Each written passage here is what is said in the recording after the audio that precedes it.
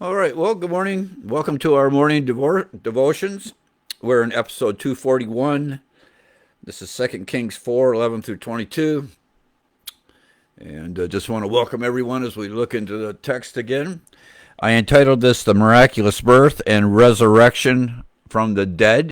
And these are the next two miracles that we see in chapter 4 of Second Kings as we see Elisha at work here. So let's look at the passage as we see it here in verse 11. And it says, "And it fell on a day that he came thither, and he turned into the chamber and lay there." And that is Elisha he's walking by and he goes into his apartment. He's taking a little rest. And he said to Gehazi, his servant, "Call this Shunammite." And when he had called her, she stood before him. So he's in his little apartment, and he sends his servant to talk to the lady of the house, which is a Shunammite. And I did look that up, and I was correct in regards to most guys thinking the Shunammite and Shulamite are from the same region. It would just be a matter of pronunciation, but it's the same area. And she stood before him. In verse 13, and he said unto him, Say now unto her, Behold, thou hast been careful for us with all this care. What is to be done for thee? Wouldest thou be spoken for to the king or to the captain of the host? And she answered, I dwell among mine own people. So what the commentators say about that verse is very interesting, because Jehoram is king and he's no friend of Elisha. But you see, Elisha still has pull in the federal government, is the point. He's saying, can the king do something for you, or can be the commander of the army of Israel do something for you? As far up as the governmental chain of command can go, Elisha has impact. That is to say, if you want something from the king, or you want something from the commander of the host of Israel, just let me know, and I'll go ask the king for it. All right, which is to say, I can get that for you. It's very interesting here that we don't see that, but Elisha freely says, because you've been so gracious and generous to me, if you want me to ask something of the king for you, or from the captain of the host of Israel, I'll do that. And it said, and he said, when then is to, what then is to be done for her? No, excuse me, verse 13. And he said, and he said unto him, Say now unto her, Behold, thou hast been careful for us with all this care. And there it is, careful with all this care. This is that duplication I said in Hebrew, that when you say it twice, that would be like the superlative. And here it is, careful with all this care, means you have been just overly generous. You have done so much for us in providing this place, and the generosity that you've showed us. When you talk about the careful with all this care, it just means you've been just a wonderful host and more. All right. So what can I do to repay you for this? And and she, after you said I could go talk to somebody for you, she answered, I dwell among mine own people.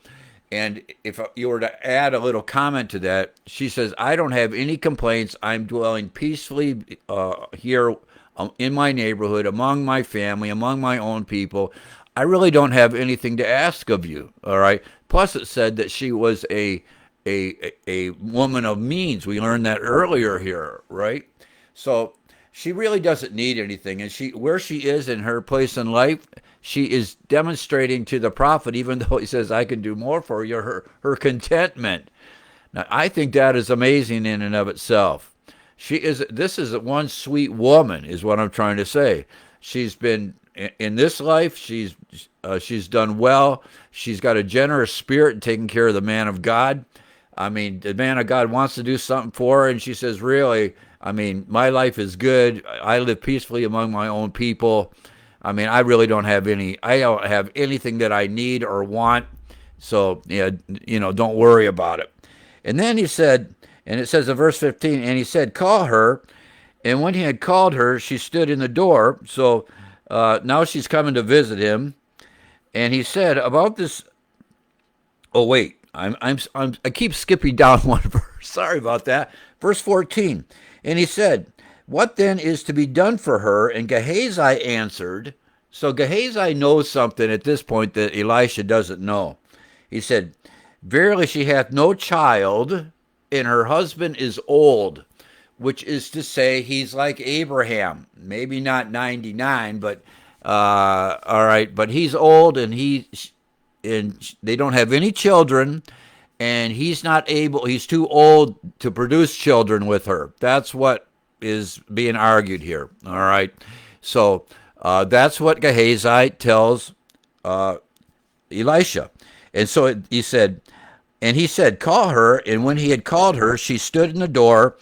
And he said, about this season, according to the time of life, thou shalt embrace a son. That is, in about 9 months, you're going to have a baby. He says, if you don't want any of these materialistic things, especially in a Jewish culture, I mean, the importance of having a child, you can imagine how wonderful this would have been. I mean, this is more than she could have asked. You see, she's thinking about what can I get in a material sense. She wasn't thinking about what God is able to provide for her. All right, through the prophet, what God's able to provide for her is going to be this miracle child. All right, the husband's too old, but in about 9 months, you're going to have a baby. And it said, you're going to embrace a son. And she said, nay, my Lord, thou man of God, do not lie unto thy handmaid. She is a wonderful woman. These Shunammite women, as they're described in the Bible, or Shulamite, these are industrious, wise women. All right. And so he's told her something that she knows is an impossibility. Would have been easier to get something from the king than what you just said. So she says, do not lie unto thine handmaid. I mean, like, really, Elisha? You're telling me in 9 months, after never having a child all through my married life, all right, that, and now my husband is old, there's no possibility. You're telling me I'm going to have a boy? Yeah. That's just, this is not the same in every way, because when the Lord told Abram that he was going to have a son, Sarah's in the tent door and she laughs because she says, this isn't possible. This isn't laughing. This is like, be serious. All right. She's not laughing about it. All right. Let's not kid about something this wonderful. Okay. So there's a response. It's a little different flavor. It's like I can start building a systematic theology here almost of women hearing that they're going to bear children when they think it's impossible in the different responses. So far I have laughing, and the other is, hey, don't lie to me. All right. Those are the two. And the woman conceived and bare a son at the season that Elisha had said unto her, according to the time of life. So she did. She bore a son. All right. And in about 9 months, there's a little baby in the house. It's amazing what God is able to do, right? And for this is just shows that life is in the hand of God. That's what we see here. It said, and when the child was grown, and I looked up the was grown, and they're trying to calculate things that are happening in other portions of Scripture during this time. So thinking around 5 years old, he's not all the way grown. He's growing, but he's still a boy. He's about 5 years old. He's a little guy. Okay, like he's going into kindergarten.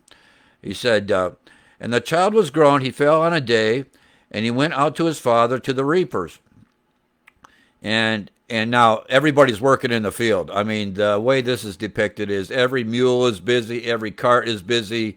This guy and his wife are people of means. This is a big farm. I mean, this just shows industriousness here. So in the middle of the harvest, when everything is just geared up and going like gangbusters, the little boy his head is going to be hurt. It said that on one day, that as he went out to his father to the reapers, he said unto his father, my head, my head. He said he's got this excruciating headache. That's what's happening here. The little boy has this excruciating headache, and he said to the lad, carry him to his mother. So somebody that's working in the field says, "Take my son to his mom." All right. And when he had taken him, he brought him to his mother, and he sat on her knees till noon and then died. So after his head hurts, he's out in the field with his dad. He says take him back to the house to his mom. So he sits on his mom's lap. He's holding her son, this miraculous son. She's had him for about 5 years, and he dies in her arms. I mean, this is really tough. All right. I mean, this is just so real. This is the same thing that happened with the widow at Zarephath, because Elijah saved the woman just to have the son die. All right.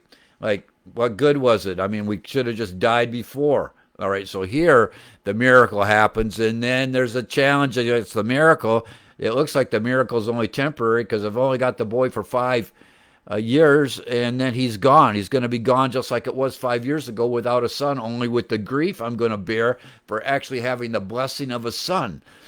You have to ask yourself here: is it better never to have had the son than or to have the son and enjoy the boy for 5 years and then have him pass away? You see, I would argue that it's better to have the son and enjoy the blessing of that interaction rather than never have the son at all. But she's, of course, brokenhearted here, just brokenhearted. And she went up and laid him on the bed of the man of God. It's interesting here, and I didn't really notice this. It was just my reading. She doesn't tell her husband he's gone, that the boy dies. He's out in the field. And she doesn't leave him in the house. She takes him into the prophet's chamber, into the apartment that's attached to the house, puts him on the prophet's bed, and closes the door. There's no record here that she tells her husband anything about this. That's interesting. There's these wise women so often don't tell their husbands.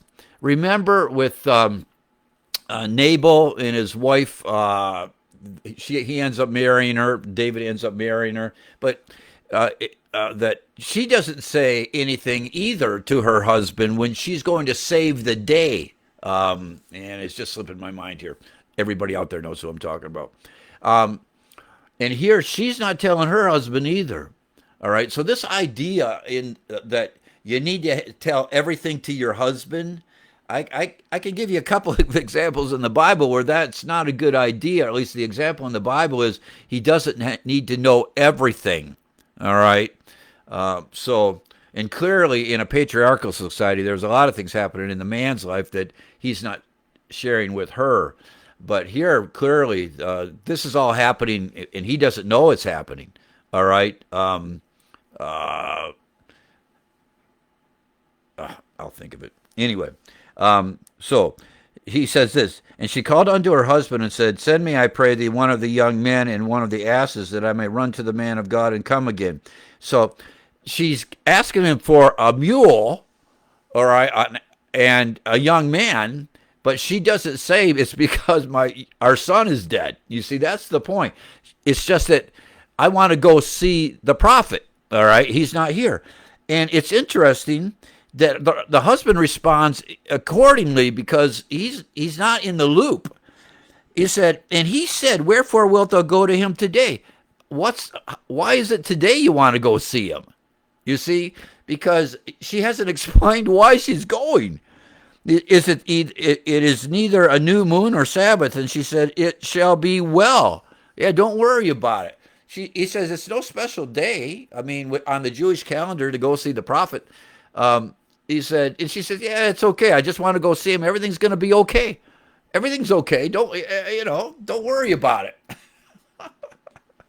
This is what's going on here between the woman, the Shunammite woman, and her husband. And it says, Then she saddled an ass and said to her servant, Drive and go forward, slack not thy riding for me, except I bid thee. That is, let's go, and the only time I want you to slow down is if I ask you to, because she's in a hurry. This is remarkable, right? Don't slack, don't slow down unless I say, man, we got to slow down just for a minute, all right? Because she is on her way to see Elisha. And it said, and then so she went and came unto the man of God to Mount Carmel. And it came to pass when the man of God, which is Elisha, saw her afar off, that he said to Gehazi his servant, Behold, yonder is the Shunammite. All right, look who's coming to visit us. And when he was come to the man of God to the hill, she caught him by the feet. That is, she bows down to him and she puts her arms around the feet of Elijah is what's happening. All right, or Elisha, and Gehazi is going to push her away.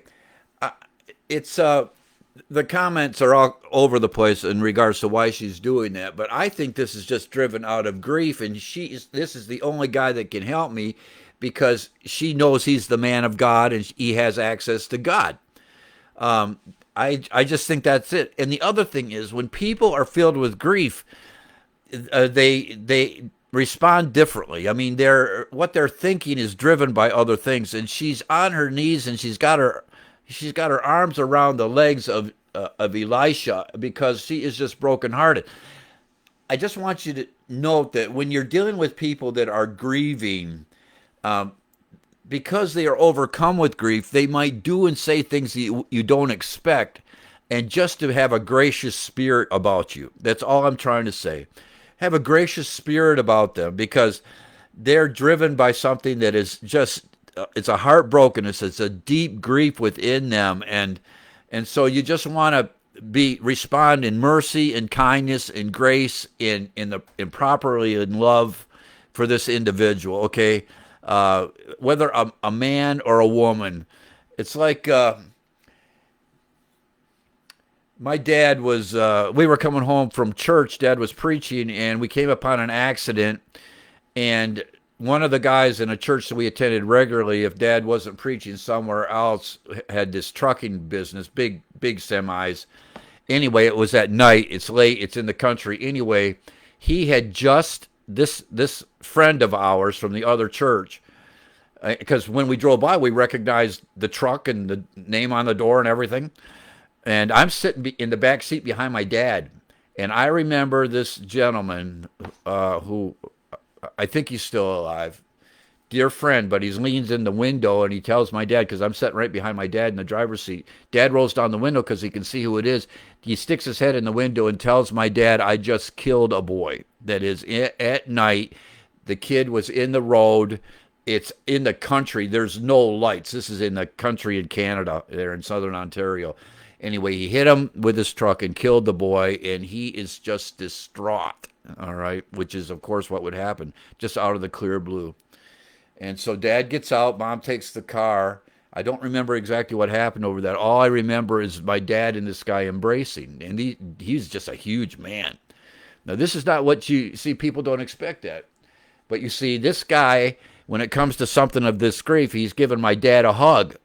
He's giving my dad a hug because he needs this. All right. That's what I'm trying to say. Most of the time, that's not what would happen, right? Because things change when these kind of circumstances happen. So, anyway, she throws herself at the feet of Elisha, and she's got her arms around him. And the man of God said, but Gehazi came near to thrust her away, like to pull her off. All right. For whatever reason, all right. All I'm saying here is Gehazi, he might have had a good reason, but I think he should have thought a little more, because the reason that this woman of wealth has come so far so quickly to see the prophet is because something tragic has happened, and she's demonstrating this. And Gehazi should have been more on board. I'm just saying, when these things happen, you got to move slowly. And it says, and the man of God said, let her alone. For her soul is vexed within her, and the Lord hath hid it from me, and hath not told me. That is, he can see by her action what's happened, but God here, Elisha says, God hasn't given me the heads up on this. I'm not exactly sure what this is about, because it's like normal for him to already know why things are happening. And it says, and she said, did I desire a son of my Lord? Did I not say, do not deceive me, which is to say, do not lie unto me? Didn't I want a son, and didn't I tell you, don't lie to me? She's rehearsing what this conversation that they had from 5 years ago. Because it was just a broken heart. And he said to Gehazi, gird up thy loins, take my staff. And this is interesting because there's these little bits and pieces in this chapter. He says, "Take my staff in thine hand, and go thy way. If thou meet any man, salute him not, and if thou salute thee, answer him not again, and lay my staff upon the face of the child." And so you're saying, why in the world is this happening?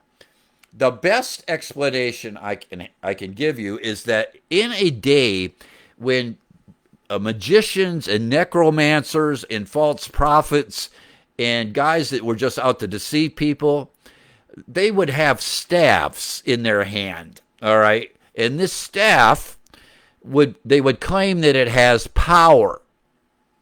So Elisha had a staff that belonged to him, and not everybody would have known, but it was his staff. And I think the best explanation I have to why he's playing the staff on the mouth and it doesn't work is because Elisha knows there's no power in this stick. And he is asking Gehazi and the woman to recognize that miracles do not come from these inanimate objects. This is not how things happen. Miracles come from God. I just jotted in the margin of my Bible to show it is God, not something else, that has this power. It's not in a stick. It's God that's going to do this. Don't identify the power of God with all these other charlatans and these con men and these religious, false religious guys, thinking that there's some authority in their staff, because he lays it on the mouth of the child and nothing happens, because there is no power in the stick, in the staff. And the mother of the child saith, As the Lord liveth, and as thy soul liveth, I will not leave thee. And he arose and followed her.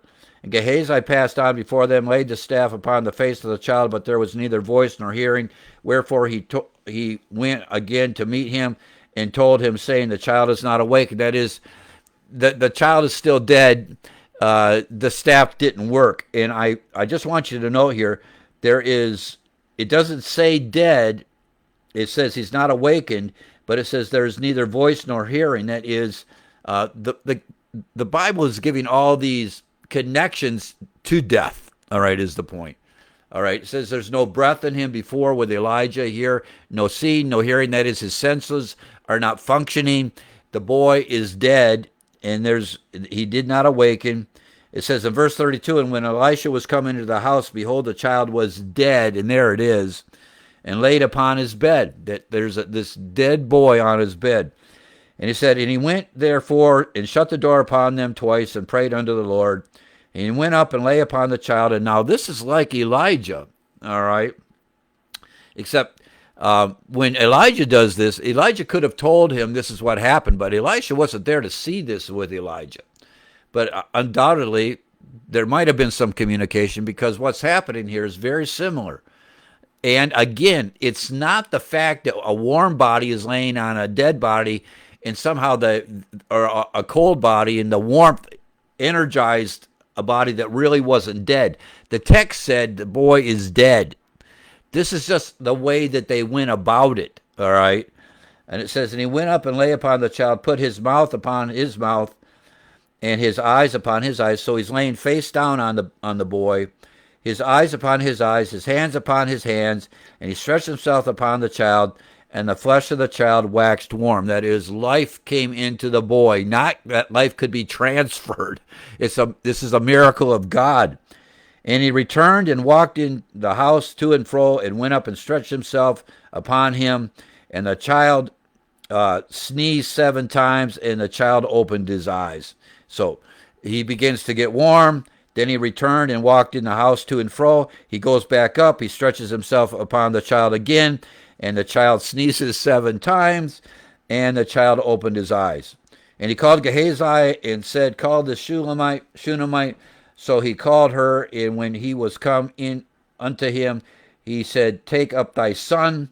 Then she went in, fell at his feet, bowed herself to the ground, and took her son and went out. That is, the apartment is attached to her place.